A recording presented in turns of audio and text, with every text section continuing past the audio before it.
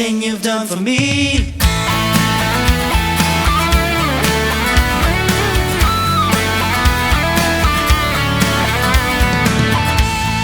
Bounded by your heart of hearts, I live for you. Deeper, Lord, I want to know you. Am I forever? Delighted, overwhelmed, Lord, clearly there's no other. You alone are my desire. Dedicated, I'm dependent. My heart belongs to you. You're the one I love, the one I need. I give my heart, my soul, my life, my everything to honor you and to worship you. Lord, I need you closer to me.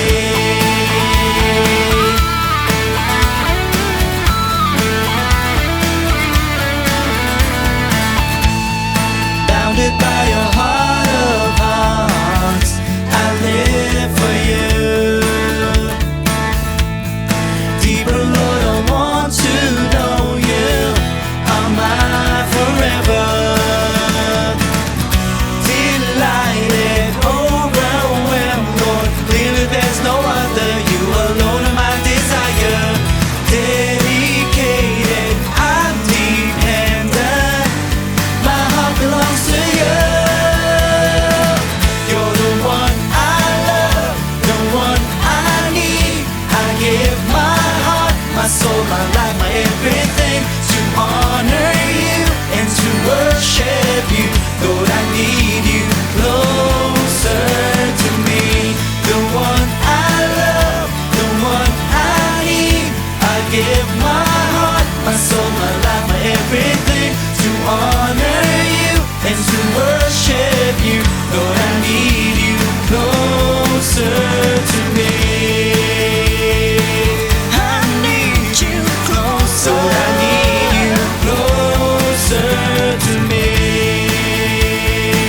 I need you closer. Lord, I need you closer to me.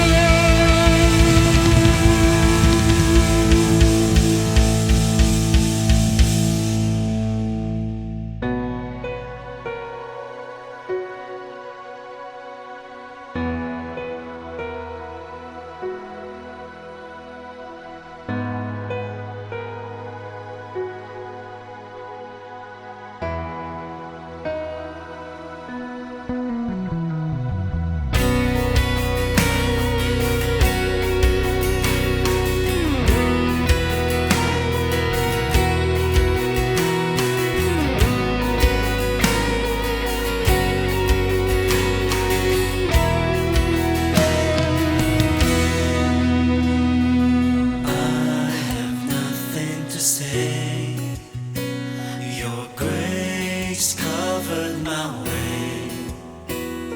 There is no one like you in everything you do. You're perfect in every way. Words could never contain the greatness of your name.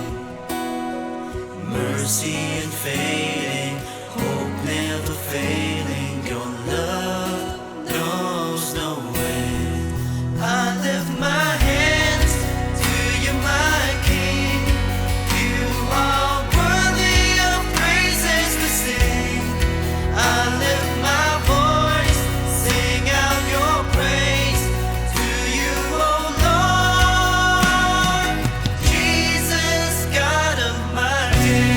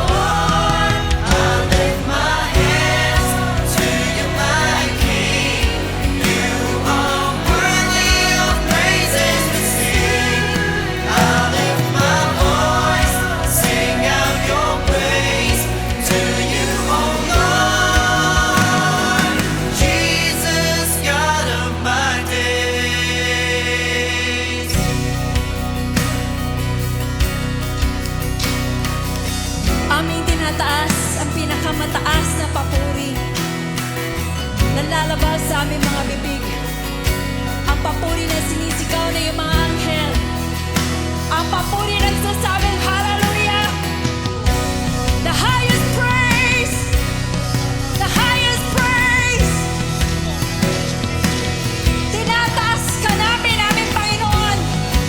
Dakilang Diyos ng kaligtasan.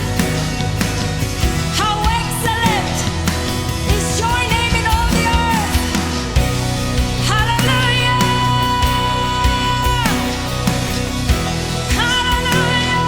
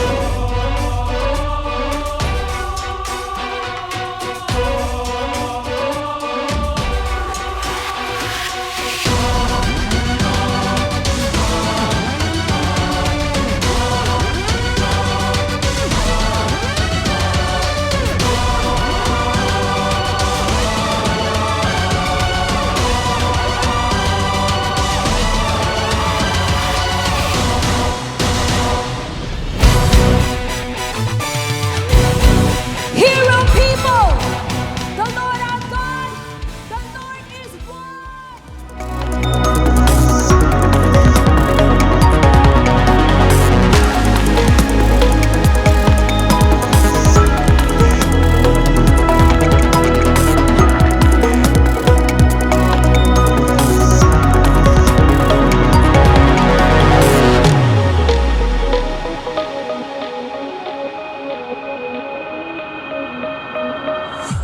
Pwede naman tayo magpuri sa kaati-ating mga bahay. Pero tandaan niyo, ang Lord, pinatawag niyang lahat yung mga Israelita at nagsalita siya doon sa bundok. Tayong lahat ganun din. Pinatatawag tayo ng Panginoon para kaustapin tayo ng Panginoon para manatili tayo sa ating kaligtasan. Amen! I lift my hands to you, my King. You are worthy of praises we sing. I lift my voice, sing out your praise to you, oh Lord. Jesus, God of my head. Hindi lang gusto ng Lord na i-bless ka ng Lord sa pera. Kundi alam niya isang araw, kakailanganin mo ng miracle sa buhay mo na ang Diyos lang ang pwedeng magbigay sa iyo. Ang Diyos lang. Marami ang ginampanan pero isang spirit lang ang gumawa o gumagawa. Kaya hindi po magkaiba ang binanggit na spirit ng Lord at God diyan. Parehas lang po. Kung meron man sa inyo na dumadanas ka ng suffering ng mga hardships, let Him glorify God by not complaining. Huwag kang magreklamo, but instead, by praising God, purihin mo pa ang Panginoon. Did He move every mountain? Did He part every sea? Yes, He did. So yes, He did. Let's sing it with faith. Did He defeat the darkness? Did He deliver me? Yes, He did. So yes, He did. Yes, He did. So yes, He did.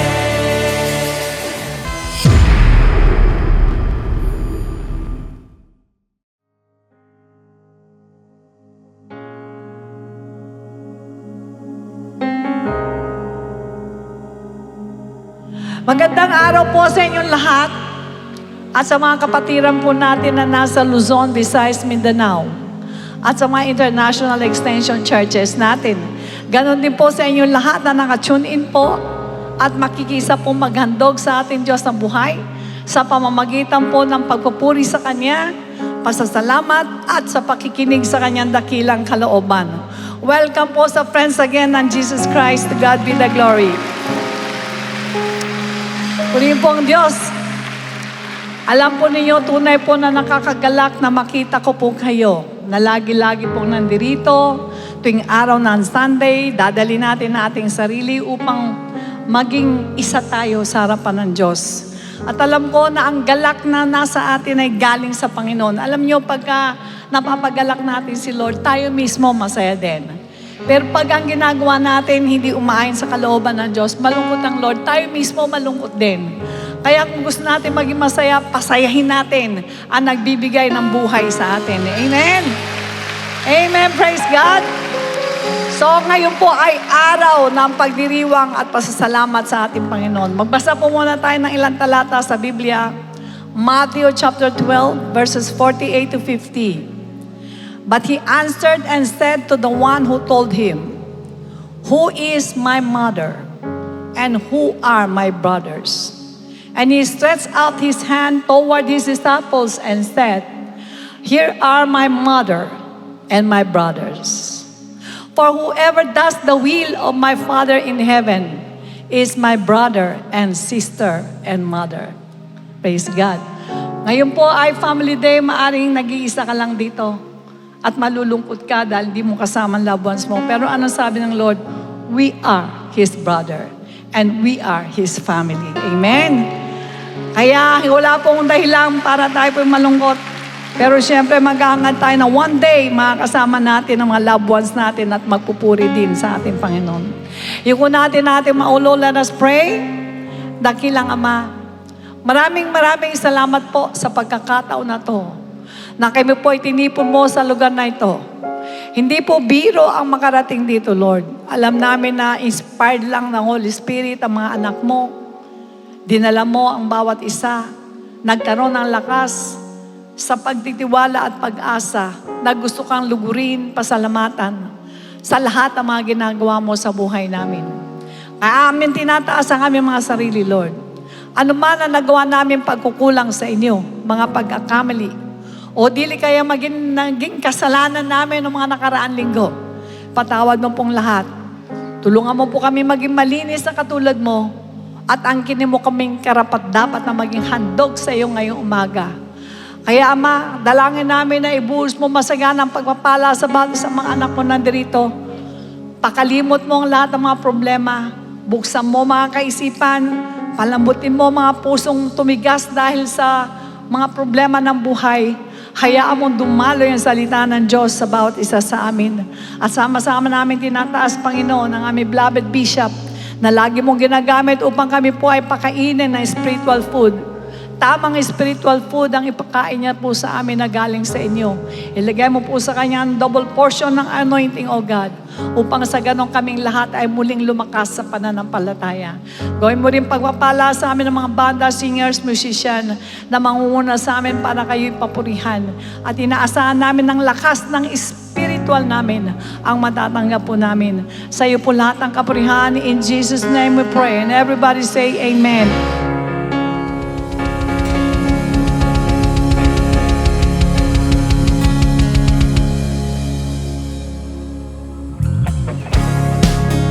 Let's bless His name. Hallelujah. Jesus. Let's sing, church. Blessed be your name in the land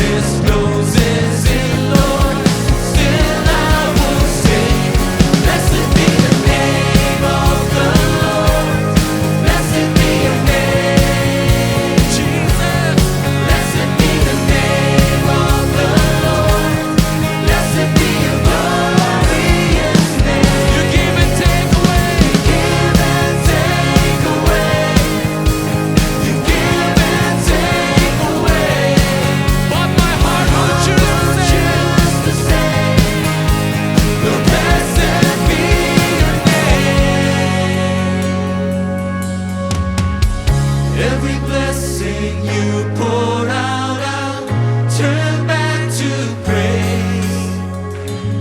When the darkness closes in, Lord, still I will sing. Blessed be the name of the Lord. Blessed be your name. Blessed be the name of the Lord. Blessed be your glorious name. Blessed be the name of the Lord. Blessed be your name, Jesus. Blessed be the name of the Lord. Blessed be your glorious name. You give and take away. You give and take away. My heart will choose to say, Lord, blessed be your name.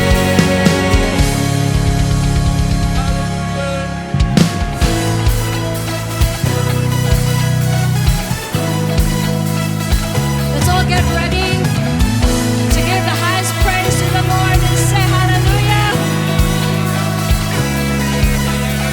Your power and might rest in your hand. None can withstand you. Your presence beats the enemy. Pathway to victory.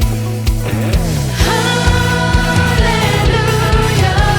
Remember all He's done. Hallelujah. May His kingdom come. We rise together in one name. Praise to the Most High. Seek the Lord and His strength always. The Lord has done it this very day. Hallelujah. Remember all He's done. Hallelujah. May His kingdom come.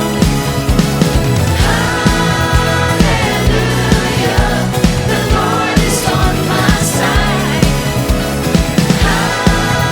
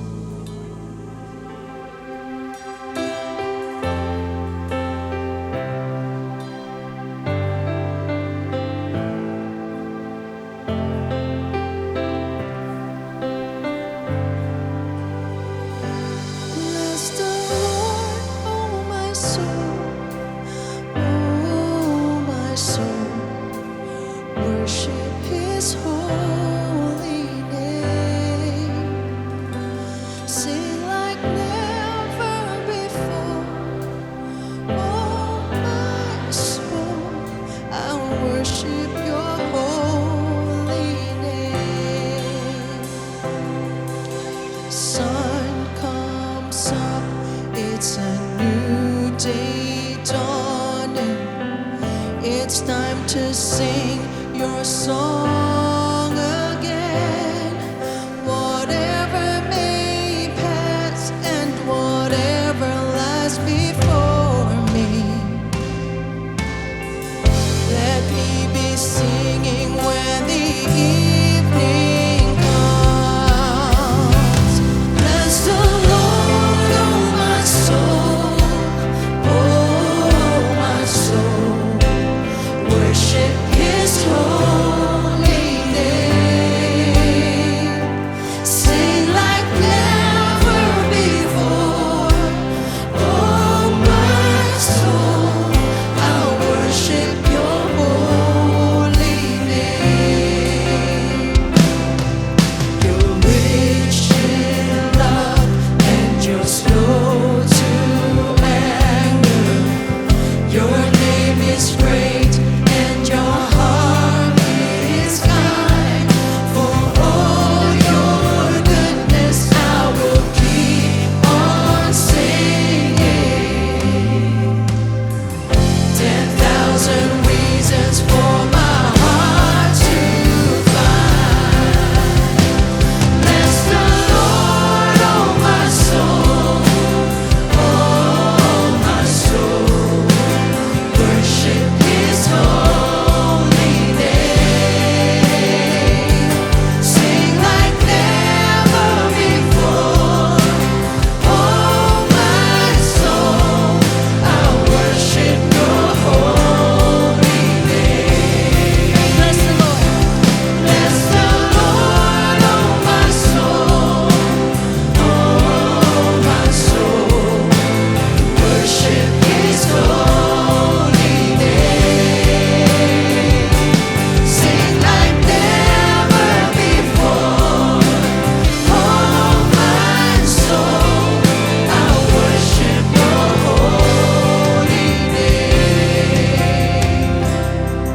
And on that day when my strength is failing, the end draws near and my time has come, still my soul will sing Your praise unending. 10,000 years and then forevermore. The church is saying, bless the Lord. Bless the Lord, oh my soul. With our souls, lift your mouth with your soul, bless Him. Worship Kaya Sa panagdaman ng Panginoon, ating mga kaluluwa na pupuri sa Kanya. Sing like never before, oh my soul. I'll worship Your holy name.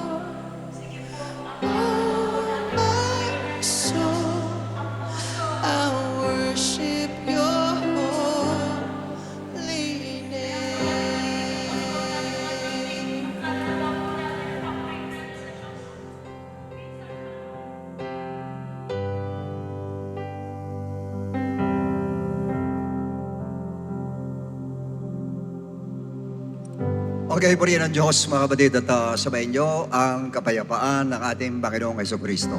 Salamat po, Sunday ngayon, at ngayon nagkasama-sama ulit tayo. At alam ko po, every Sunday lang po, ang body of Christ ay nabubuo po tayo.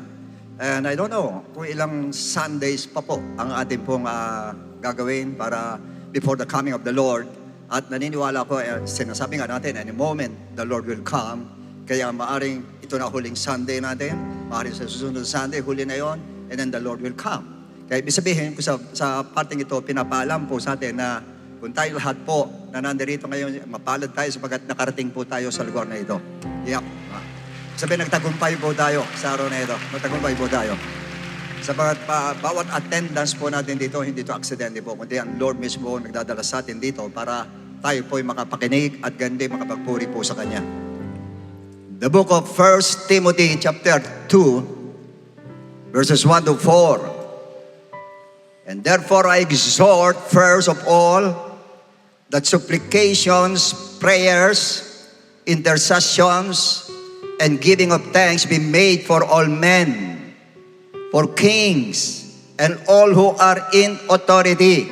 Prayers for kings and all who are in authority, that we may lead a quiet and peaceable life in all godliness and reverence. For this is good and acceptable in the sight of God our Savior, who desires all men to be saved and to come to the knowledge of the truth. Shall we bow our heads and let's pray? Father in heaven, once again, O Lord, thank you so much, Lord, for this great gathering of your saints. And Lord, please touch the heart of all these people inside this building and let your Holy Spirit, Lord, move in our midst, that we may feel, Lord, that you are the one who's going to preach this day. Lord, please anoint me, Lord, and each one of us here so that we may feel your presence this day. Thank you, Lord, and please open our hearts, minds, and understanding that we may be able, Lord, to comprehend your words. Thank you so much, Lord. In Jesus' name we pray. Amen and amen. Our subject today is entitled, Prayers for All Men. Okay, brothers and sisters, Judah and Israel had committed sin against God. And so God punished them by allowing them to become captives in Babylon for 70 years. But the worst thing that happened was Babylon nearly depopulated Jerusalem and left its wall ruins and burned its gates. In Nehemiah 1:3 says, and they said to me, the survivors who are left from the captivity in the province are there in great distress and reproach. The wall of Jerusalem is also broken down, and its gates are burned with fire. And verse 4, so it was when I heard these words that I sat down. I heard, hindi sinabing I saw, I heard these words that I sat down and wept. Napaupo siya at umiyak po siya nang marinig niya yung bagay na yun. And mourned for many days. And I was fasting and praying before the God of heaven because he heard from one of the survivors that the wall of Jerusalem was broken down and the gates were burned with fire. Now, meaning not only the survivor but Jerusalem as a whole was in distress and reproach. Nasa kahihiyan po sila. That's why in verse 2 and 3 says, therefore the king said to me, why is your face sad? Since you are not sick, this is nothing but sorrow of heart. So I became dreadfully afraid and said to the king, Nehemiah said to the king, may the king live forever. Why should my face not be sad when the city, the place of my father's tombs, lies waste and its gates are burned with fire?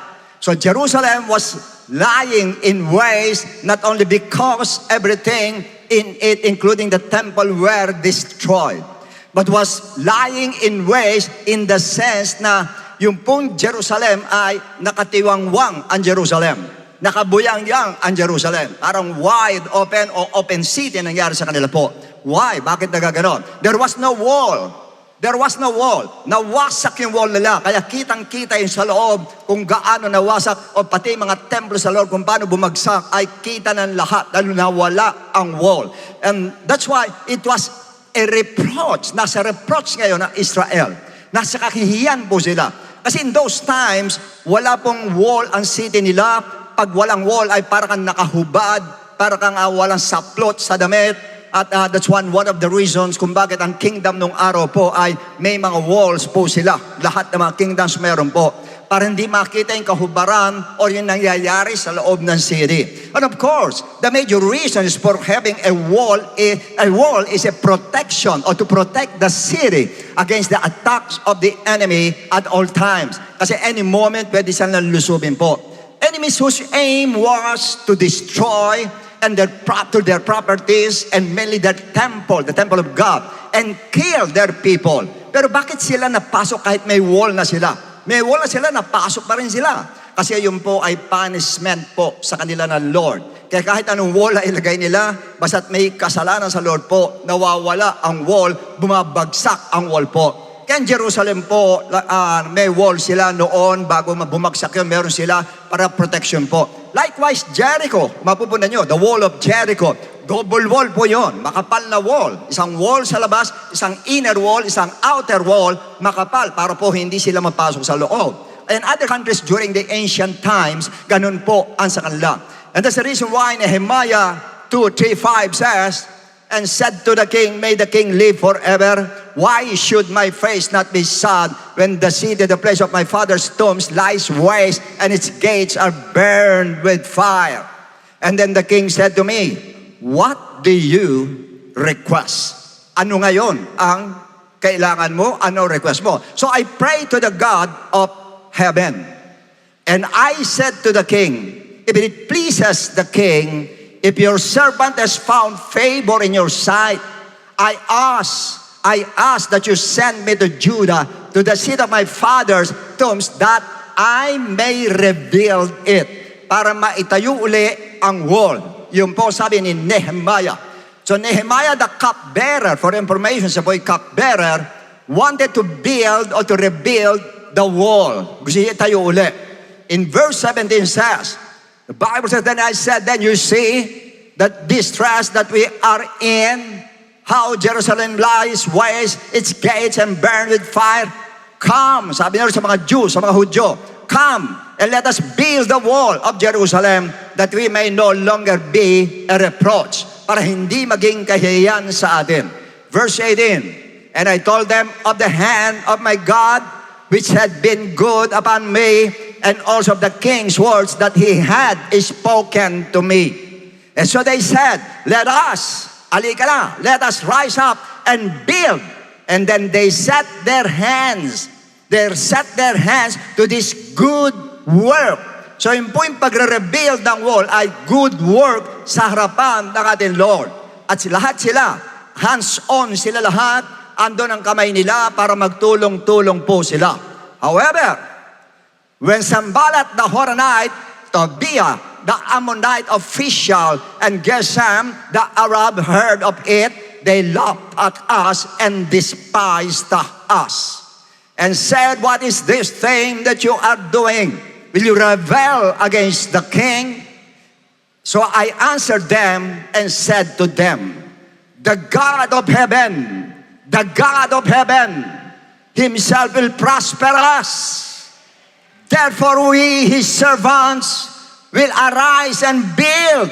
But you have no heritage or right or memorial in Jerusalem. May tatayo namin, pero hindi kayo kasama.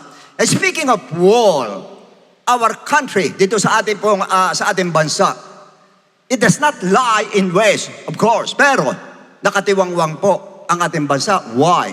Because there's no wall. For your information, walang wall ang bansa po natin. Literally, we have boundaries with our neighboring countries that are officialized by the international laws. Kaya meron po sinasabing boundaries, meron tayong tinatawag na parang mohon o yung pinakahangganan po natin. And those serve as a wall for our country. An example is the border patrols that being handled by the customs which issues the Philippine visa. In other words, yung visa po natin nagsisibing wall sa atin, no visa, no entry. And while we have no land border, we have the Maritime Border Patrol na nagpapatrol talaga para sa ganun po pangalagaan po ang ating bansa.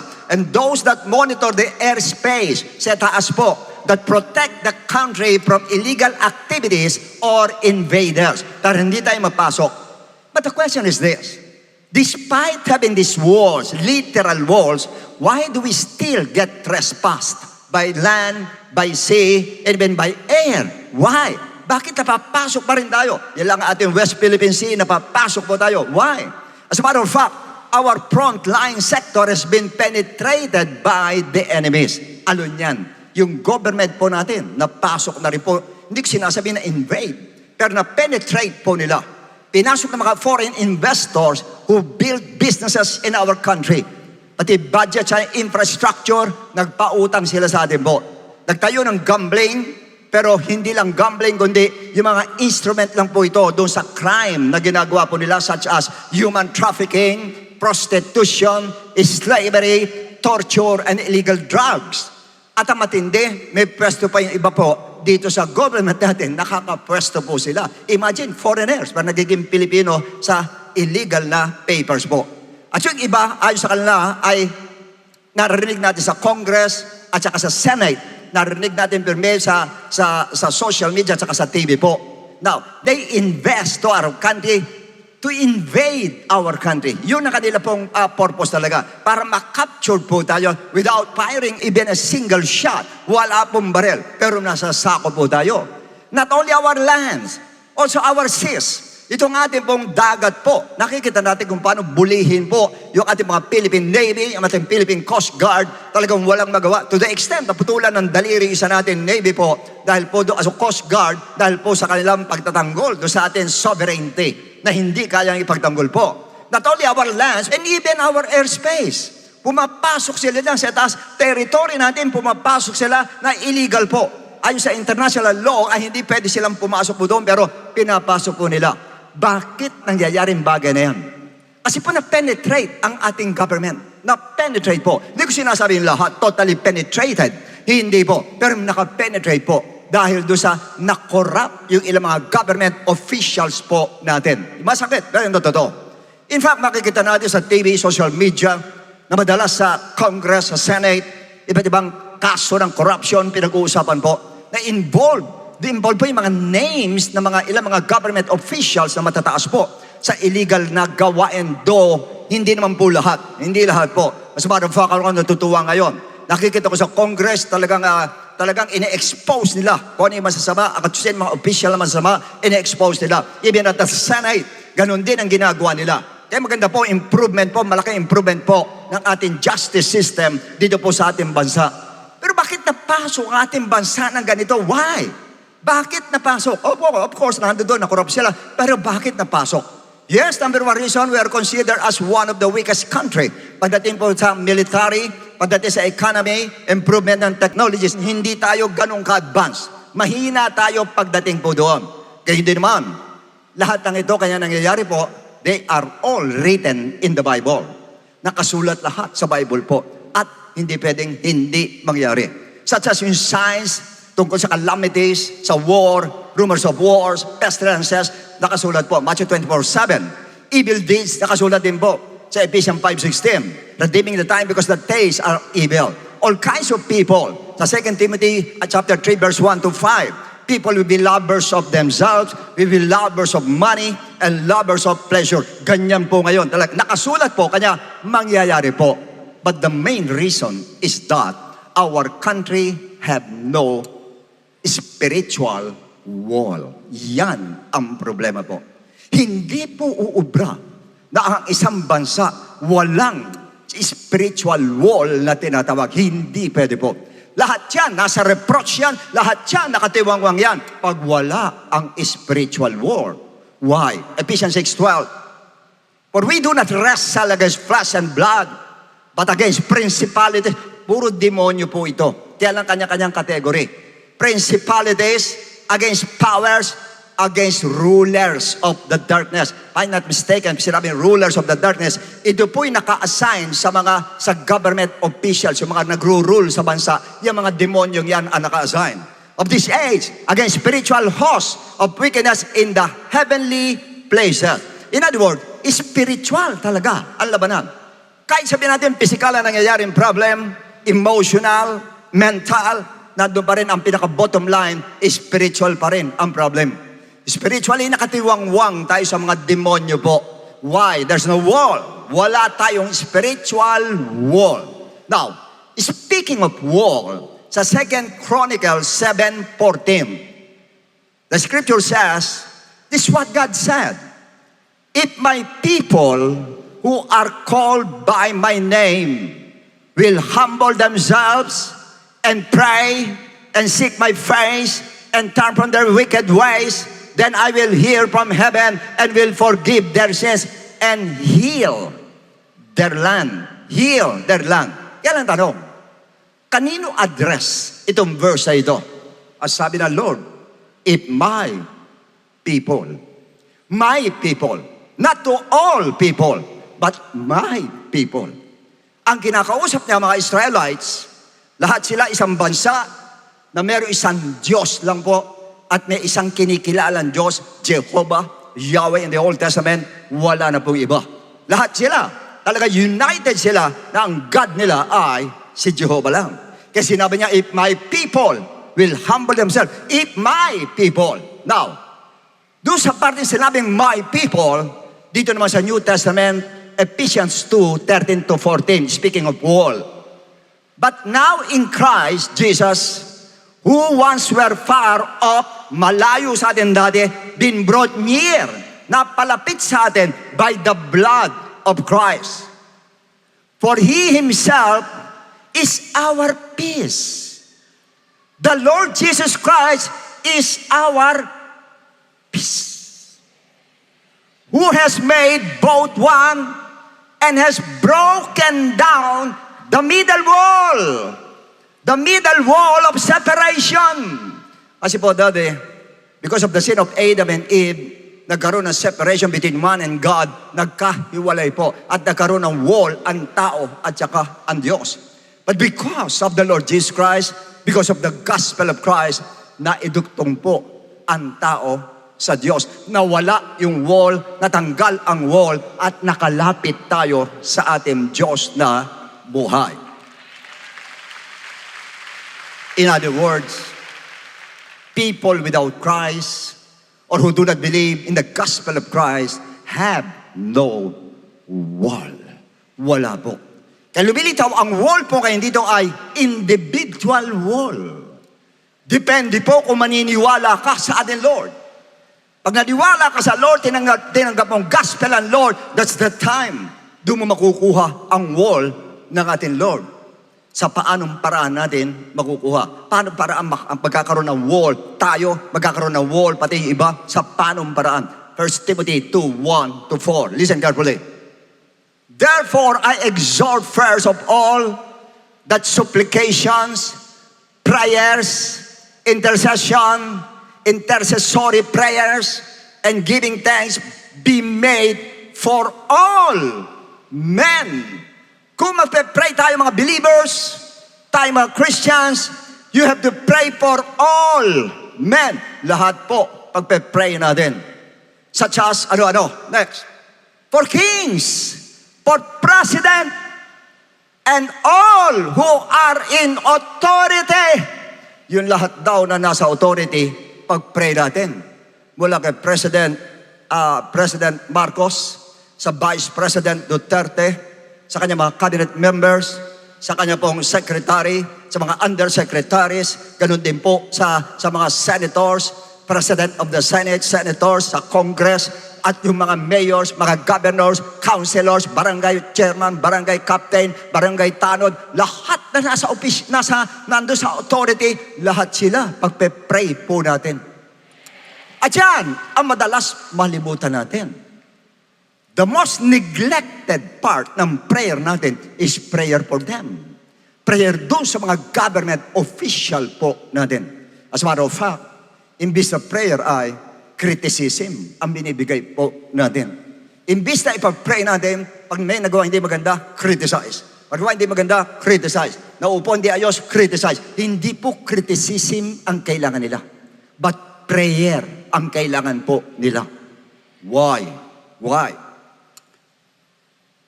That we may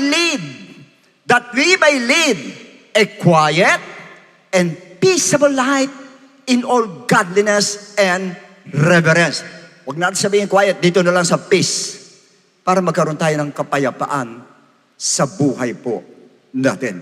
So, ang ibig ba sabihin noon, pag pinag-pray natin sila, yung mga presidente, pinag-pray natin, andun agad ang kapayapaan? Hindi po ganun yun. Mayroong pandadaanan po yun para pag sila ang nag-pray, ay magkaroon ng kapayapaan. Sa paanong paraan? Okay, basahin natin ulit. Verse 3. Pinag-pray tayo, for this is good. Second reason. For this is good and acceptable in the sight of God, our Savior. This is good. Pag pinag-pray natin sa kanila, yan po'y mabuti sa harapan ng ating Diyos. Why? May why uli. Why? Bakit mabuti sa harapan ng Lord? Next. Kasi yung Diyos natin, our God, who desires all men to be saved and to come to the knowledge of the truth.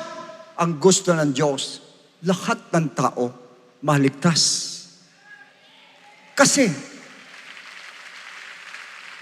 pag hindi sila ligtas, wala silang connection sa Lord. Kahit mag-pray sila, hindi sila tutugunin ng Lord. Kahit mag-pray natin sila, hindi sila tutugunin ng Lord. Kasi wala silang connection doon sa taas. Hindi sila connected sa taas. Hindi sila nakakonekta po doon sa taas. Kaya ang prayer po natin, ma-connect natin sila doon sa taas. Huwag natin pag-pray na mawalan lindol, mawalan gadaw. Wala. Talaga meron po. Kahit anong prayer gawin natin. Kumuha pa kayo ng 50 milyon na magpe-pray na walang lindol, meron pa rin po. Walang war, meron pa rin po. Walang pest, meron pa rin po. Meron po, meron. Kaya ang sinasabi ng Lord ay pag-pray natin, itong mga government officials na ito para mahaligtas sila. And all men, hindi lang sila.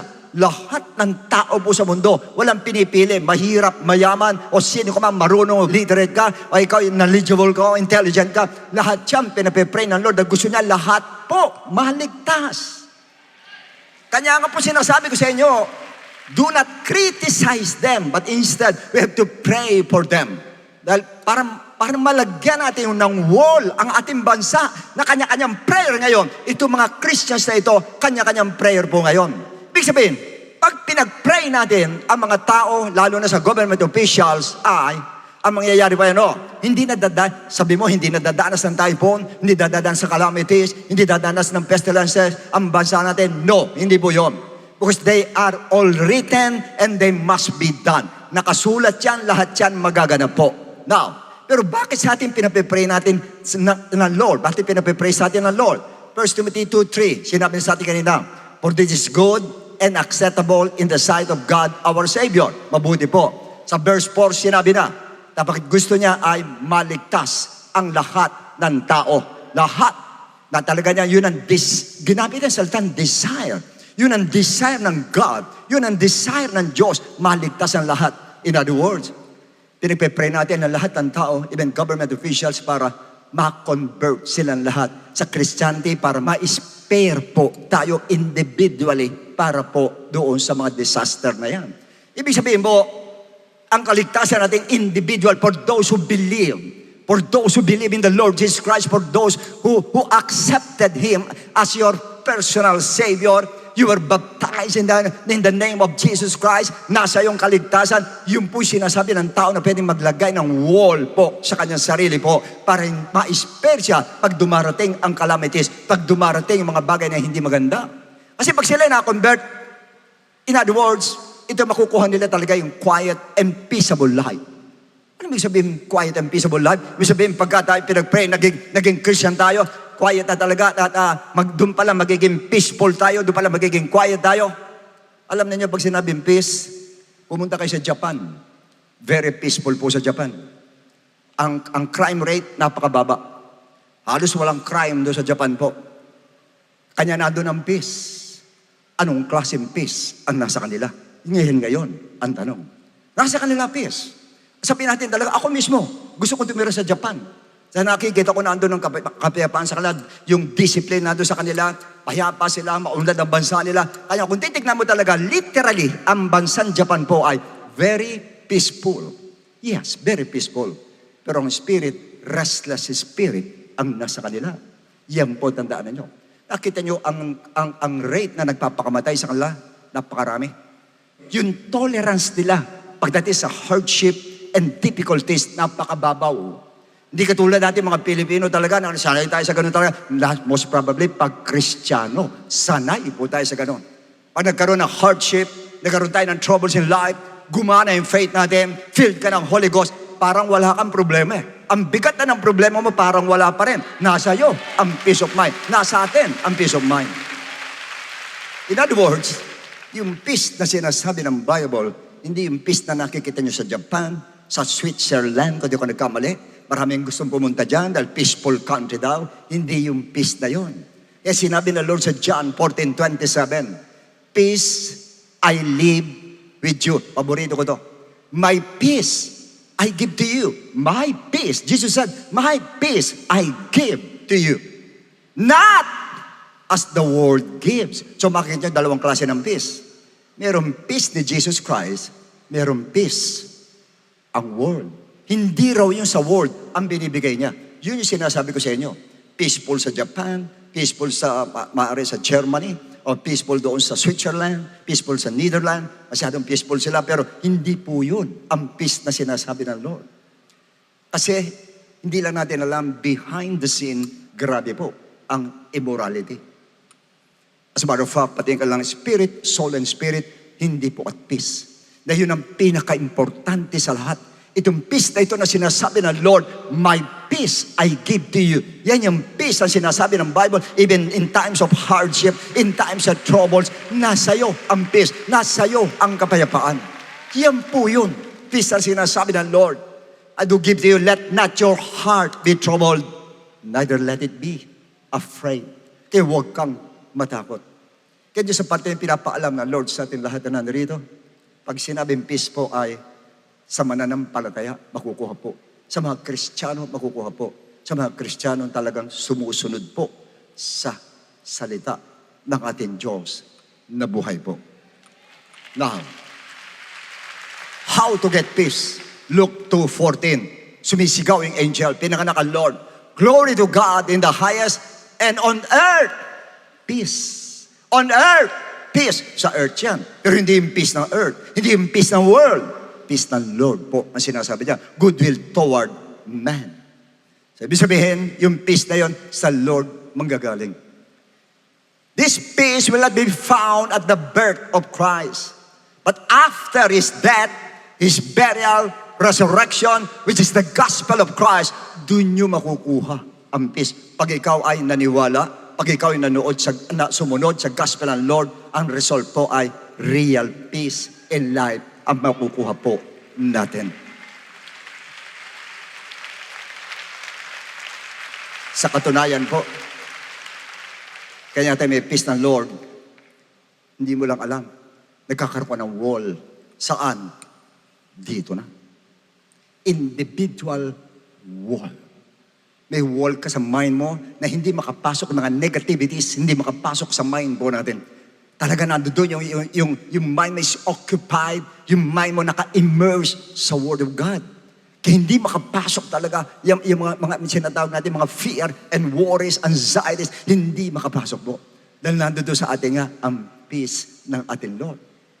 That's why Ephesians 2:14-15 says, for He Himself is our peace, who has made both one and has broken down the middle wall of separation. 15. Having abolished in His flesh the enmity, that is the law of commandments contained in ordinances, so as to create in Himself one new man. Bago na ang pagkatao mo pag nandun ka kay Kristo. Pati ito, yung concept mo mababago. From the two, thus, making peace. Doon tayo magkakaroon ng peace. Then as a believers of Christ, ano dapat natin gawin? Pinag-aralan natin ito noon. Be anxious for nothing. Huwag kayong magkaroon ng anxiety sa lahat ng bagay, wag. But in everything, by prayer, supplication, with thanksgiving, and let your request be made known to God. Next. Ano mangyayari pa nag-pray, Paul? The peace of God. The peace of God. The peace of God. The peace of God, which surpasses all understanding, will guard your hearts and will guard your mind through Christ Jesus. May bantay na ang mind mo. May wall na ang mind mo through prayer of faith na ginagawa po natin. In other words, this wall is for those people who believe in the gospel of Christ. Wall in the mind. At yun ang kailangan natin ngayon. Ang penetration ng devil ngayon dito sa mind. Actually, sinasabi ko sa inyo kanina, ang government na pasok po, government official na pasok po, yung mind nila na penetrate po. Ako naniniwala, lahat ng yan pumasok sa politiko po, mabubuti ang kanilang intention po. Pero nung nandun na sila, doon nagkakaroon ng problem po. Doon nagkakaroon ng problem. Kaya tayo naman, nasa atin ang peace ng Lord, dapat kung tutuusin po, lahat tayo may wall na sa mind, dapat wala na, dapat pumapasok na anxiety sa atin. Supposedly, dapat wala na. Because the God of peace will guard your heart and mind. Nakabantay sa mind natin. Every time you pray, prayer with faith, nanalangin ka. Ibig sabihin na parang binababantayan mo ang mind mo sa atin, Lord. Ang utak mo, binababantayan mo. Ang isip mo, binababantayan mo. Para walang pumasok ng mga bagay na masasama na magbibigay ng takot, pag-aalala sa'yo. Dapat ganun po tayong lahat. At habang nag-iintay tayo sa Lord, ano sabi ni Peter? Habang nag-iintay sa Lord. But the day of the Lord will come as a thief in the night, in which the heavens will pass away. Mawawasak ang heavens. With great noise, and the elements will melt fervent heat. But both earth and the works that are in it will be burned up. Malulusaw, masusunog ang lahat ng elemento sa mundo. Bakit? I don't know. It might be from God, manggaling, or sa tao. Nuclear weapon. Maari po na yun. Kaya nyo lahat ngayon halos, yung mga malalaking bansa, lahat yan may nuclear weapon po. US meron, Japan meron, Russia meron, North Korea meron, and even South, I don't know, Iran meron. Lahat yan halos. Karamihan dyan meron, hindi lang pinapaalam po. Pero lahat meron po. Na sinasabi nila, meron kami dito para pandepensa lang. Anong pandepensa?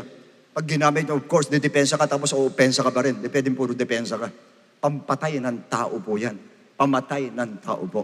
At yan po isang bagay na pinaiisip ng demonyo sa mga government official, umimbento ng ganyan para mamatay lahat ang tao. Dahil nakita niya, ang bilis mamatay ng tao pagka yung mga nuclear ang ginagamit. Nakita sa Japan, binagsakan mga kapatid ng Hiroshima, Nagasaki, binagsakan ng isa lang atomic bomb. Halos the whole city was ruined. Wasak ang buong city po. Kaya ginawa ni Satanas, umimbento pa ng bago ngayon. Ito na ngayon, nuclear weapon ngayon na napakatindi po. Hindi ko lang kung nuclear weapon lang, tapos ang buong mundo. Nevertheless, sabi ni Peter, we, Christians tayo, according to His promise, look for new heavens and new earth. Tayo po ay nakatingin na doon sa bagong heaven tsaka sa bagong earth. Hindi na po dito. This world is deteriorating. Hindi lang deteriorating, bulok na po itong world na ito. Natatakpan lang mga gandang bagay, pero bulok na po.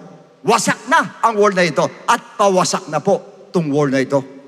Kaya sinabi na habang nag-iintay tayo sa ating new heaven and earth, verse 14, therefore, beloved, hey Christians, looking forward to these things, tayo nakatingin dito sa bagay na ito, sa new heaven and new earth, be diligent to be found by Him in peace. Abutan tayo na may kapayapaan. Hindi nag-aalala, may kapayapaan. Kaya kasi sinasabi ko sa inyo, dito po sa ibaba, wala na po talaga. Pawasak po ito. Puro pinapatch up lang lahat. Sa mga problema, pinapatch up lang lahat. But the reality, hindi na po mapatch up talaga. Yan lang pong climate change na yan. Napakatindi po niyan. Pag yan po, lumabas na talaga, gaya ng epekto niya, init. Hindi lang yan ang epekto niyan. Pag lumabas na talaga epekto niyan, baka halos magunaw ang mundo po. Matindi po ang mangyayari. Kaya sinabi ni Paul, huwag kayong pumoko sa bagay na nakikita ninyo. Pumokus kayo sa bagay na hindi ninyo nakikita. Set your mind on things above. Yung nasa taas na hindi nakikita. Kaya sinabi rin ni Paul sa 1 Timothy 6, chapter 6, verse 9, if I'm not mistaken, makontento kayo pag kayo may kakainin, meron kayong damit, meron kayong bahay na tinitiran, meron kayong pag-aaral nyo, anak nyo, makontento na kayo. Kasi pag ang needs mo nando doon, makontento ka na. Tinuturuan tayo makontento po. Dahil time will come, lahat yan, mawawala. Lahat na ininvest mo, mawawala. Kaya pinakamagandang investment sa taas. Ang investment po natin sa taas. And how I wish all of us here are prepared. Preparado ang alin? Not our physical body, because whether you like it or not, one day you're going to die. Hindi ito. Yung soul mo ang dapat nakaprepare, ang dapat naka-insured ang soul mo. Kanya yan ang gustong mangyari ng Lord sa bansa natin. You know why? Sa ngayon, maluwag pa sa atin. Nandiyan ang Bible, pwede ka magbasa, ito, gathering time, dami natin, pwedeng ganito. Time will come. Pag tayo nasakop po na isang bansang hindi naniniwala sa Lord, isang bansang atheist, hindi naniniwala sa Diyos, at galit doon sa Almighty God, yan po ang tandaan ninyo. Tapos, tayong lahat na Kristiyano. Pailalim. Ngayon po, nangyayari sa ibang bansa, pailalim sila, kung Bible study, walang ganitong gathering doon. Isang church sa isang lugar, hindi ko sabihin kung saan lugar, ang member nila sa 100 plus sila. Ngayon, paano sila mag-service po? 5 na lang, para hindi halata. Tsaka, hindi, ano pa yun, parang nagkukwentuhan lang sila, indirect pa ang salita nila. Kasi may surveillance talaga na namomonitor sila. Kung yung sinasabi nila, pati cellphone nila namomonitor po. Darating yan, time na yan. Kasi nasabi ko sa inyo, hanggat ngayon, maluwag kayo, nakaka-attend kayo dito, nandiyan dyan, okay, open ang Cuneta Astrodome, attend po tayo. Sapagkat time will come. Time will come. Hopefully, sana hindi naman i-permit ng Lord. Sana mag-rapture muna bago yan. But time will come. Hindi na pwedeng ganitong gathering po. Lalo pag nasakop tayo ng ganyang klase po ng government. And even, hindi tayo nasakop na ibang bansa. Time will come. And that time has come. Na unti-unti, papasok na ang one government, ang one religion, and one currency. Isang pera na lang gagamitin, isang religion na lang, isang gobyerno na lang, kanya isang namumuno na lang. Yung Antichrist. Papunta na dyan. Sa aking prediction, sarili ko lang pong prediction ito, ayon din sa Bible po, maaring ang buong mundo ay maghirap pagdating sa finances. Hindi ko nakikita na ito papasok ang Antichrist sa pamagitan ng war, wawasakin lahat yan. Hindi ganun eh. Marami mamamatay. Napakarami mamamatay. Mawawasak ang lahat. Napakatagal para mag-start ulit ang buong mundo. Kaya hindi ganun. Maghahari yan. Nung walang papuputokin ni isang butok na baril, walang gagawin yan. Pero maghihirap ang lahat. Pag mahirap na ang lahat, lilitaw ngayon yan, siya ang Savior ngayon. Lahat ng bansa, tutulungan niya. Lahat ng bansa, tutulungan niya as long as yuyuko ka sa Kanya. Hindi bilang Savior na tao, Savior as God ang mangyayari. The Antichrist. Yan po. Buhay na po yung Antichrist na yun. Kumikilos na po ang spirit of Antichrist. Andiyan na po. Kaya ako madalas magturo ng ganito end time messages dahil alam ko, nararamdaman ko, through the power of the Holy Spirit, I can feel the urgency of the Holy Spirit. Nagmamadali na maligtas ang mga tao po. As a matter of fact, yan na lang ang reason kanya hindi dumarating ang Lord. Gusto niya marami pa maligtas. If possible, maligtas pa ibang mga tao para makatakas doon sa darating na 7 years tribulation o 7 years the wrath of God na pinakamatinding kapighatian dadanasin po ng mundo po. Doon tayo iaalis ng ating Lord. Kanya mga nananampalataya, konting tiis lang. Saan nangyayari ngayon? Kayang-kaya natin yan dahil nandyan ang ating Lord. May peace of mind po tayo. Ang importante po, pagtunog ng trumpet ng Lord ay wala na po tayo. Nandun na po tayo. Kasama po natin ang ating Panginoon. Kaya ang ginagawa natin ito, it's not in vain. Sabi mo, wala ng kabuluhan, hindi po. Hindi po. Ang sinabi ng 1 Corinthians 15:58, your labor in the Lord will not be in vain. Hindi po mawawalan ng kabuluhan. Lahat ng ginagawa natin para sa Lord. Dahil tayo po nag-iintay lang ng ating blessed hope. Nag-iintay lang tayo ng paglabas po ng ating Lord, pagdating ng ating Lord, para kunin po tayo. But while we are waiting, habang nag-iintay po tayo, as long as you believe in the promises of God, as long as you have faith in the promises of God, wala kang dapat ipag-alala. Because God is not a man that He should lie. Hindi magsisinungaling ang Lord. Pag sinabi niya, my God will supply all your needs, isusupply ng Diyos ang pangangailangan po natin. Maniwala ka lang, isusupply ng Lord. At dalasan lang natin ang panalangin natin para dumating ang biyaya ng Lord sa atin. Para dumating ang protection po, ang wall natin po, individual wall ng Church of God. Sa Book of Nehemiah, winasak ang literal temple of God nila, kung di ako nagkamali, King Nebuchadnezzar ng Babylon. Winasak nila yan, at bakit bumagsak yung templo. Sa ngayon po, ang templong sinasabi, 1 Corinthians 3:16, is our body. Kanya iniingatan ngayon sa bansa natin is the temple of God, which is the Church of God. Yan ang binabakuran ngayon natin po. Every time nagpe-pray tayo, binabakuran natin ang Church of God para hindi po bumigay ang Church of God, para hindi mawala ang faith ng Church of God, para manatiling nandoon ang kapayapaan sa Church of God, at makapagdagdag pa na marami pang magiging temple of God, ng mga tao na magiging temple of God mula sa presidente po, pababa, madagdagan pa po ang marami po. Kaya yan po ang ating mission. Mission ng mga Kristiyano, yan po ang mission natin. Na talaga yung lahat po, lahat, impossible, lahat ng Pilipino po, may convert po natin sa tunay na Christianity, na kay Jesus Christ talaga at sa gospel ng Lord, maliligtas. Kaya yan po ang ipagpe-pray natin sa kayo po. Mananalangin tayo as one body. Mananalangin tayo as one church. Who believe in one doctrine. Who believe in one God. Who believe in one way of salvation. Tayo po yun. Sabay-sabay tayo mananalangin po para sa ating bansa po sa ngayon. Upang na sa ganun, ang Diyos natin ay kumilos sa bansa po natin at magkaroon ng spiritual wall ang bawat isa po sa atin. Uulitin ko ulit, hindi mawawala po. Yung mga gera yan, lahat ng mga signs na hindi po mawawala. Ang calamities, hindi mawawala. Pero, andon, tityakin ko sa iyo, i-spare ka ng Lord pag ikaw ay isang tunay na mananampalataya. In fact, sa ngayon lang nakikita ko, yung sinasabi mahirap ang pera. Pero marami tayong mga Kristiyanong kabatiran, pinagpapala ng Diyos ngayon. Binibless ng Lord ngayon. At sa kanyang kapayapaan. Iba sa atin po, nakikita ko iba naghihirap, pero may kapayapaan, nakikita ko. Nakangiti siya, nakikita ko. Despite of the fact, alam ko dumadanas po ng troubles and hardship sa buhay po, pero nasa kanyang peace of mind.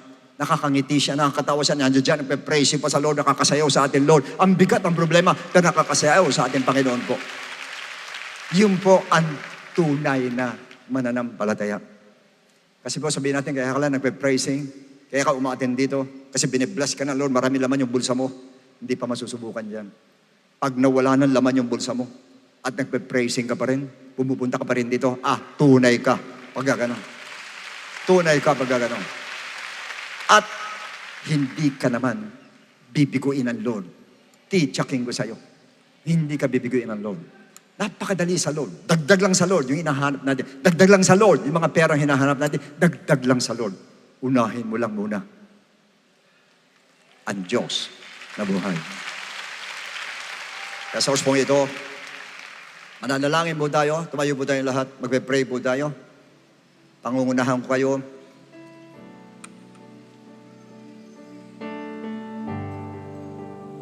Diyos na nasa langit, sa oras pong ito, Panginoon ko, buong pagpapakumbaba kami lumalapit sa iyo, Ama.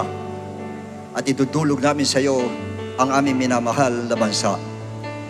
Tulutan mo, Panginoon, una sa lahat, katulad ng mensahe mo sa amin, O Lord, mula sa aming presidente, pababa, O Diyos, ay ma-convert, Panginoon, sa biblical Christianity, O Diyos, at tanggapin ka at maniwala siya at sumunod sa gospel mo, Panginoon, para lahat ng mga mamamayan ay maging tunay na Kristiyano at magkaroon sila ng karunungan at kaalaman sa pagdedesisyon at magkaroon ng takot sa Diyos at puso para magserbisyo sa publiko ng tapat. At ganyan din po para magkaroon ng proteksyon sa lumalalang kalamidad, Panginoon, o kriminalidad, Lord, at maayos ang surveillance system at patas na judicial system upang makatulong sa paglutas ng krimen. Panginoon ko, dinadalangan namin ang kaligtasan naming bansa, Panginoon, para mabigyan ng solusyon ang paglawig ng illegal drugs. Ganyan din maayos ang magandang foreign relations sa ibang bansa sa buong mundo.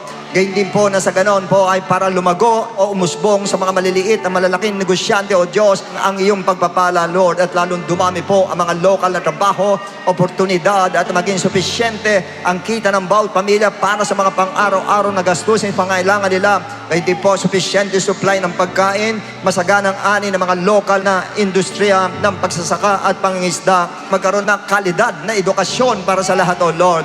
At turuto mo rin, Panginoon ko, sila maligtas para sa pagkakaroon ng Universal Health Care Center. Lord, tulutan mo, Lord, mahipo ang puso namin, mahal na Presidente, Lord.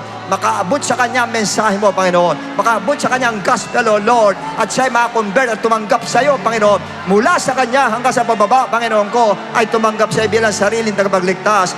And we pray, Panginoon ko, sa salvation ng lahat ng bansa, para sa ganon magkaroon ng proteksyon o ma-spare mula sa natural calamities, for protection mula sa hindi magandang epekto ng climate change, for protection din para sa global pandemic, pestilences, and emerging deadly viruses. Itong lahat ito hindi mangyayari, Lord, unless na sila'y lumapit sa iyo, Lord, unless na sila'y makakonvert, Panginoon, unless na sila'y tumanggap sa iyo, Panginoon. Kaya ngayon sa oras ito po, pinapanalangin namin silang lahat, Panginoon. Ang buong bansa, Panginoon, magkaroon ng national repentance, Panginoon, para ang lahat po ay makalapit sa iyo at lahat po matugunan mo at maiangat aming bansa sa kahirapan naman. Kaya bahala ka na po, Lord, sa lahat ng bagay na ito at patuloy kami nanalangin sa iyo sa lahat ng bagay na aming pinalangin. Amen. Praise God. Tungkol naman po sa aming family, para po sa aming spiritual blessings, dalangin namin ang salvation of the whole family, peace among family members, protection mula sa fiery arrows ng kaaway,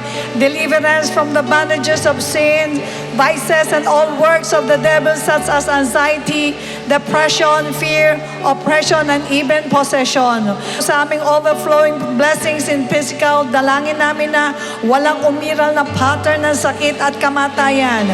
Dalangin namin na walang maging puwang sa aming buhay ang worries, doubt, and negativities. Mawala na ang kabiguan, mawala ang anumang away, silent war, relationship gap, at this time na maghiwa-hiwalay ang family. Ang inner healing through the power of God's Word and the Holy Spirit.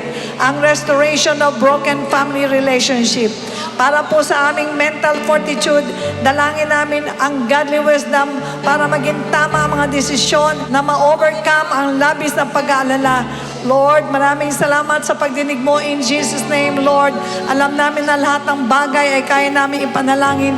Pinaniniwalaan namin na ito po ay pagkakaloob mo po sa amin, Ama. Prayer po para sa Jesus Christ. To God be the glory, Church International. Para sa mga kaluluwa, sa mga more souls, sa mga dadalhin po namin, dalangin namin, Panginoon, for victorious evangelism programs. Lahat ng programa na iglesyang ito, yung Operation Joshua, Panginoon, ang aming discipleship program through our One Following Christ and Restoration program. Ayaw mo maging victorious ito, maging successful po ito. And Lord, we pray and claim the victory of our 39-year anniversary celebration, and we cast out any plan of the devil to destroy and discourage and dishearten the people involved. We cast out the spirit of error, pride, strife, and conflicts. In Jesus' name, we cast you out. Lord, we pray for our church family, our management. We pray for spiritual health, physical health, godly wisdom, emotional intelligence, and financial prosperity for each and every one of us. And Lord, we also pray for godly unity in this church, for the spirit and brotherly love among our brethren. And Lord, we pray for complete submission and obedience of all members of To God Be the Glory Church International, all workers, all leaders, and all pastors of the church leadership. Lord, we pray for worship churches of Jesus Christ. To God be the glory in key cities nationwide sa bawat sulok ng mundo. Lord, we pray for expansion of the church's digital media, Panginoon, para marami pa po ang maabot, marami ang makatanggap sa iyo, marami ang makarinig ng gospel mo. Lord, we ask all of these things in your most precious and wonderful name, in the name of Jesus Christ of Nazareth. To God be all the glory.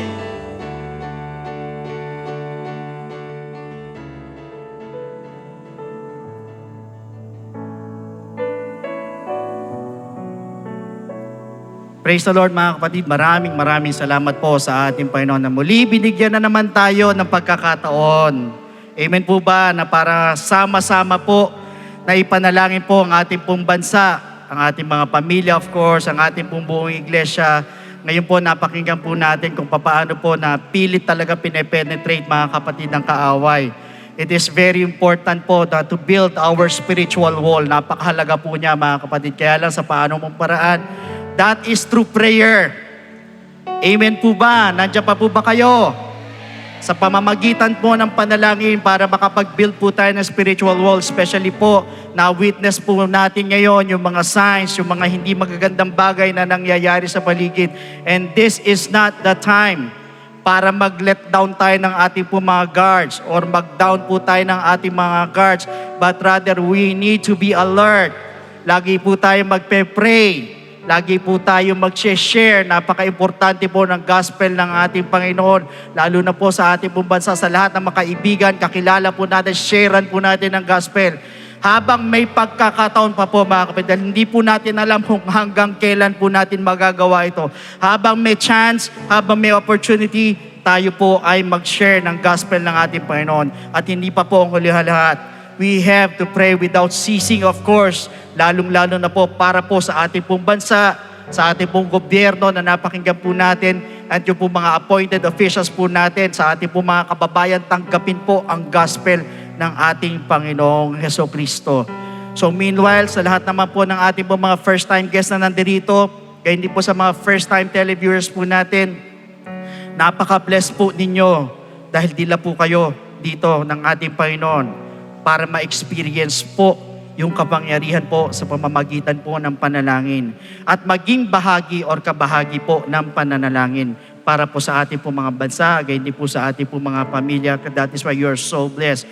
So maaari ang iba po sa inyo na mga bisita na nandito, hindi po namin alam, kayo po may mga kanya-kanya mga sinasambit kay Lord. May mga kanya-kanya kayong mga personal prayers, mga panalangin na hinihingi nyo sa ating Panginoon, na para agaran niya po itong matugon mga kapatid. Gusto ninyo talagang makuha kagad yung answered prayer. At para digin tayo mga kapatid, naniniwala ako para pakinggan po ng Lord ang ating mga prayers, yung mga simple request natin sa ating may kailangan po muna tayong gawin. And that is to accept Jesus Christ as your Lord and personal Savior, and by believing in His gospel for you to be saved. Now, pag sinabi po natin salvation, so please listen to me, maikling oras lang po, ganyan sa first-time viewers.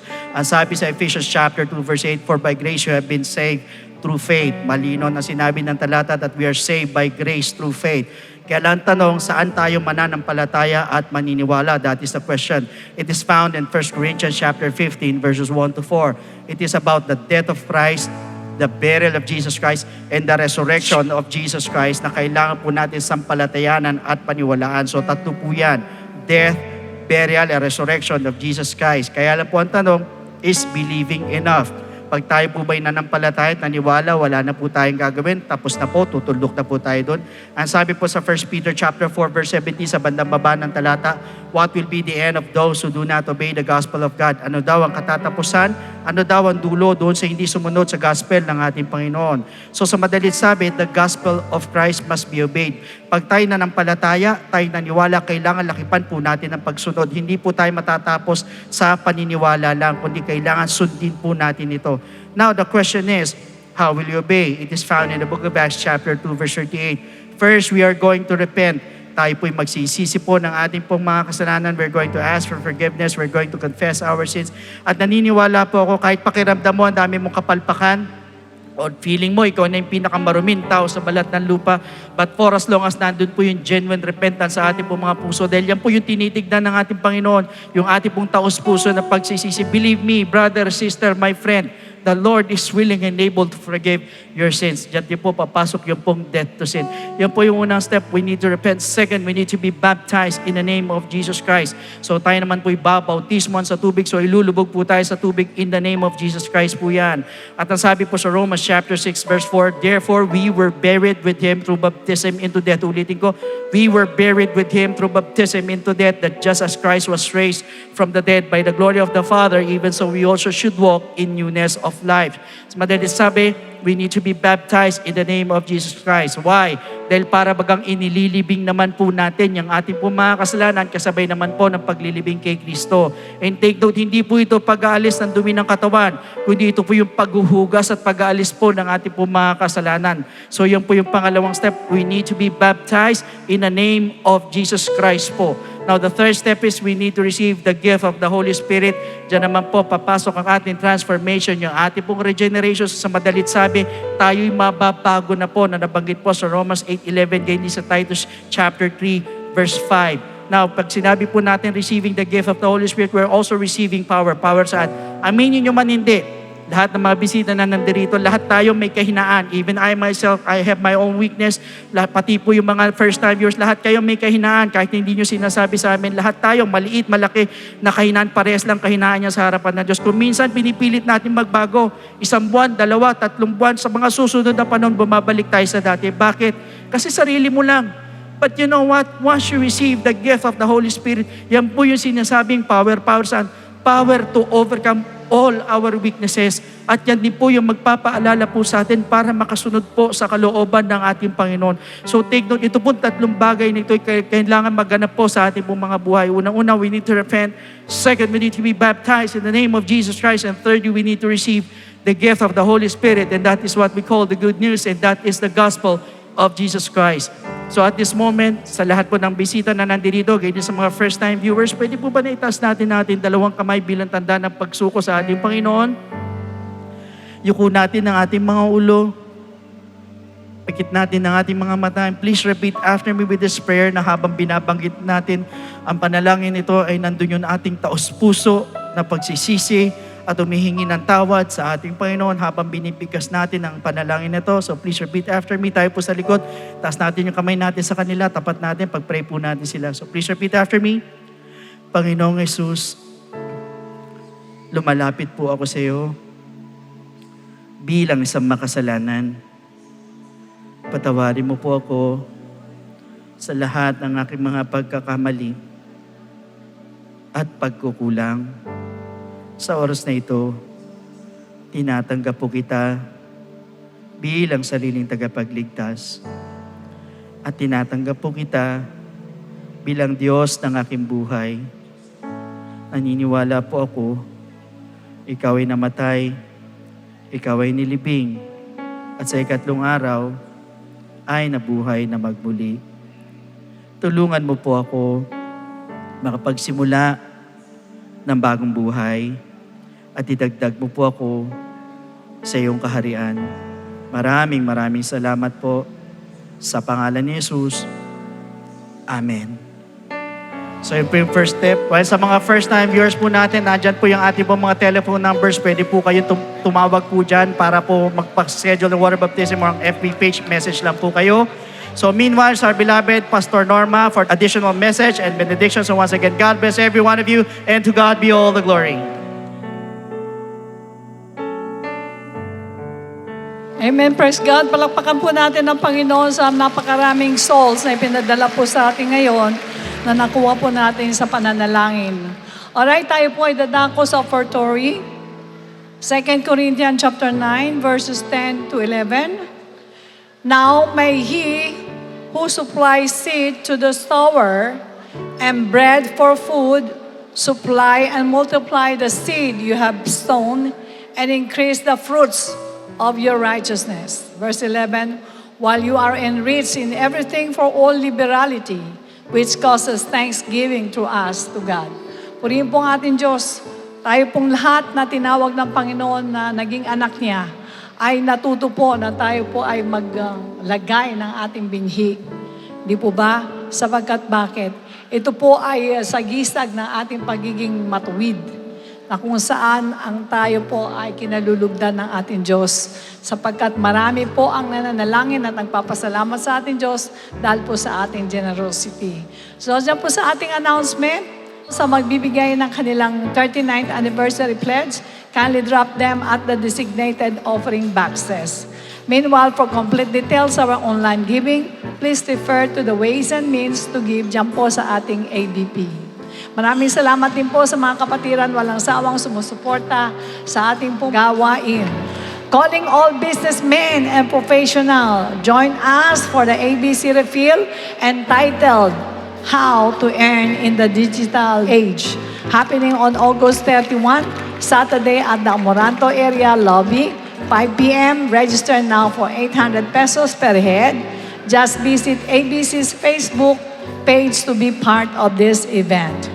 We are also encouraging all Yapper to be a part of the team's winter fire entitled Hustle, which is set to happen on September 28, Saturday, 6 p.m. at Amoranto Arena lobby. Register for 550 pesos via the QR code flashed on the screen. Alright, tumayo po tayong lahat at magbigay tayo sa Panginoon ng pangwakas na panalangin. Konting katahimikan lamang po. Iuko natin na ating mga ulo. Let us pray. Dakilang Ama, tunay nga po na napapanahon ang tinuro mo sa amin, Lord. Kung si Nehemiah, Lord, ay nabahala na i-build ang kanilang wall na nasira ng kaaway. What more kami na hindi kami magtayo ng spiritual wall? Sobrang dami na, Panginoon, ang mga kababayan namin na napupunta doon sa kasamaan. Hindi nila kaya kung paano makabangon.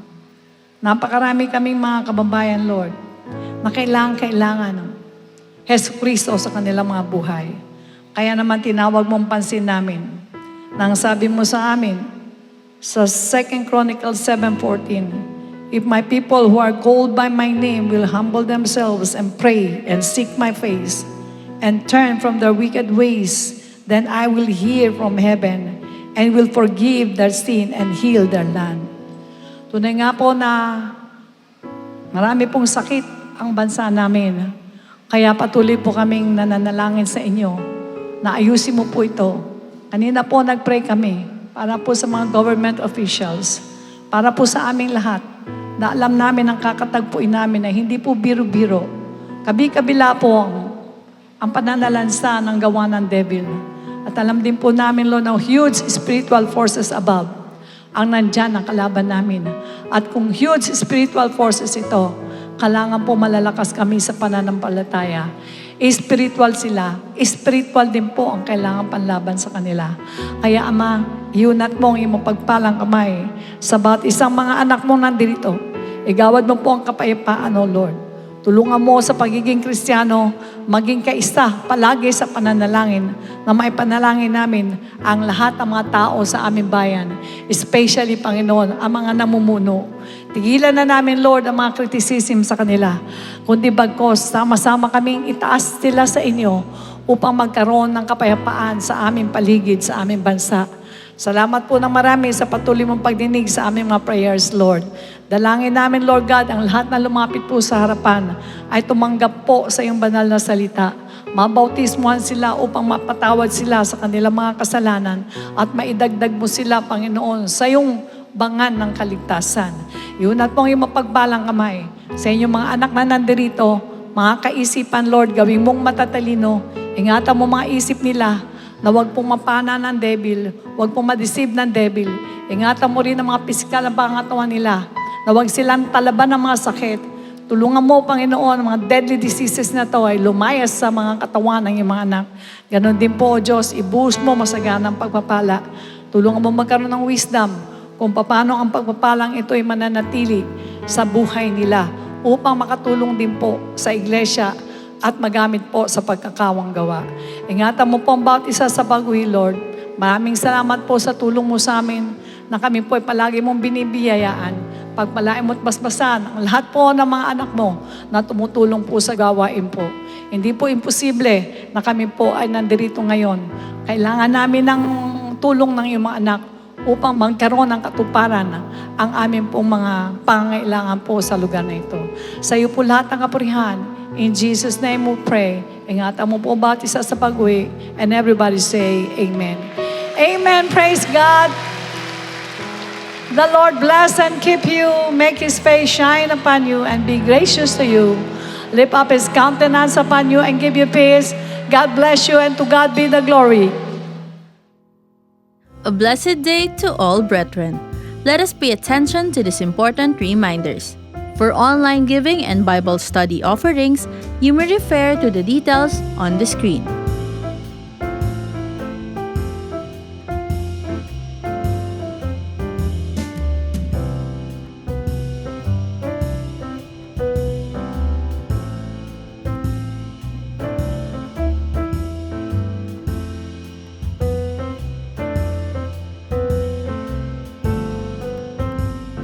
Kung nais niyo pong magpa-schedule ng baptism or one-on-one counseling, you can call us via the contact numbers flash on the screen o mag-send ng message sa ating Facebook page.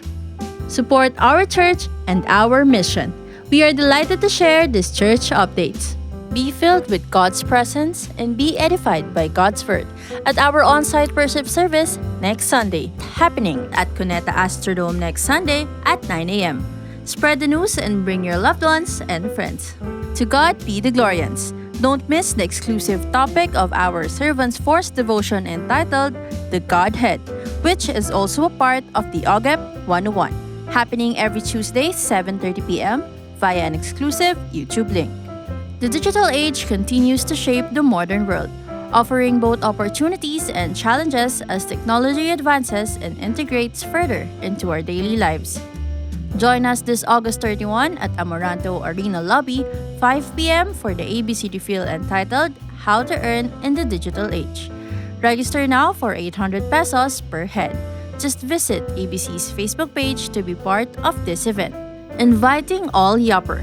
Be spiritually recharged at the Pray Talk Eat happening on August 31 Saturday, 7 a.m. via Zoom. Be spiritually filled at Newgen Pray Talk Eat, happening on September 7, Saturday, 7 a.m. via Google Meet. Desire to follow Christ. Know more about how our discipleship cause is guiding us to grow in Christ. Join our 1FC Testimony Night on September 7, Saturday, 7 p.m. via Zoom. Let's be in one accord for our monthly congregational fasting on September 14, Saturday, 9 a.m. at Star Mall at the Shaw Trade Hall. Don't miss Yopper Winterfire entitled Hustle, which is set to a new date. It's happening on September 28, Saturday, 6 p.m. at Amoranto Arena Lobby. Sign up now via the QR code for 550 pesos per head. As our 39th church anniversary nears, we are endowed the privilege to give to our Project G-Code through our 39th anniversary pledge. You may get your preferred colored envelope every on-site service from our faces or at the information booth. You can also drop them at our offering boxes or hand it over to Pastor Norma Santos. The church is in need of the following: dressmaker. You may email your resume at hrdep@jctgbtg.org. Good news! This is your chance to join the Servants Force, calling all those with God-given gift and skills. We are looking for passionate individuals who will be part of worship team, cat prod, and service operations ministries. Meanwhile, for worship team, we need vocals and band such as electric or acoustic guitarist, bassist, keyboardist, and drummer. For cat prod, we need new addition to the C-Cube, video team, multimedia and graphic services team, audio and tech support. The service operations is also in need of Bethesda, Gideon, and comrades. Those who want to join must have completed one of C-Books 1 and 2 as a basic requirement. Scan the QR code or fill out the ministry form found on our website or at the information area every Sunday. The Servants Force Department will get in touch with you after successfully submitting the form. Sign up now. IDO for Music is now available on Spotify, Apple Music, Deezer, Amazon Music, and other digital platforms. Use IDO for Songs on Facebook, Instagram, and TikTok. Our church merchandise are up for grabs. Our very own calling card and sticker are available for purchase. We encourage you to visit our church kiosk located at the entrance to purchase. To order, you can also contact us via our Facebook page or the numbers flashed on the screen.